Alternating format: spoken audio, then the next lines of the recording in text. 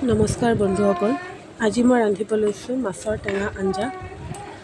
যাৰ বাবে মই প্ৰথমতে কেৰাহীত তেল অকণমান, পিঁয়াজ, বিলাহী, নিমখ, হালধি দি পিনে ভালকৈ ভাজি ল'ম।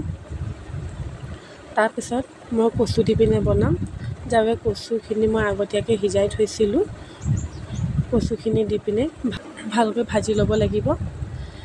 আগতীয়াকৈ সিজাই থৈছিলোঁ। এয়া ঔটেঙা পানীৰ সৈতে মই ঔটেঙাখিনি তৰকাৰীখিনি ঢালি দিম।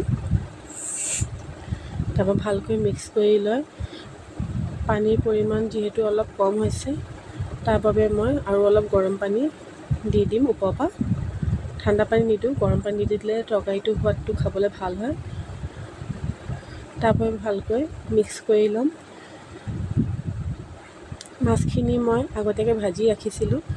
মাছখিনি এতিয়া ওপৰৰ পৰা দি দিম। তৰকাৰীখিনি বনিবলৈ বেছি সময় নালাগে, কাৰণ আগতীয়াকৈ চব বইল কৰি থোৱাই আছে। মাছ ভালকৈ দি ভালকৈ লৰাই কিছু সময়ৰ বাবে মই ঢাকি থ'ম। ঢাকি থোৱাৰ পাছত এতিয়া এয়া মাছ হৈ গৈছে। এতিয়া খাব পৰা যাব।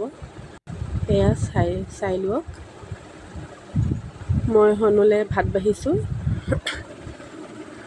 ভাতৰ জহা চাউলৰ ভাত দিছোঁ। ওচৰতে মই মাছ তৰকাৰীৰ সৈতে অকণমান দি দিছোঁ। এয়া কচু আৰু ঔটেঙা। তাৰপৰা মই দালি বনাইছিলোঁ ঢেকীয়া শাক দি পিনে। সেই দালিখিনিৰ ওপৰৰ পৰা অকণমান বাকি দিম। গতিকে বন্ধুসকল, আপোনালোকেও ঠিক এনেদৰে মাছৰ আঞ্জা ৰান্ধি খাই চাব পাৰে। খাবলৈ বৰ ভাল হয়। গতিকে এবাৰ বনাই চাবচোন। ভিডিঅ'টো চোৱাৰ বাবে ধন্যবাদ।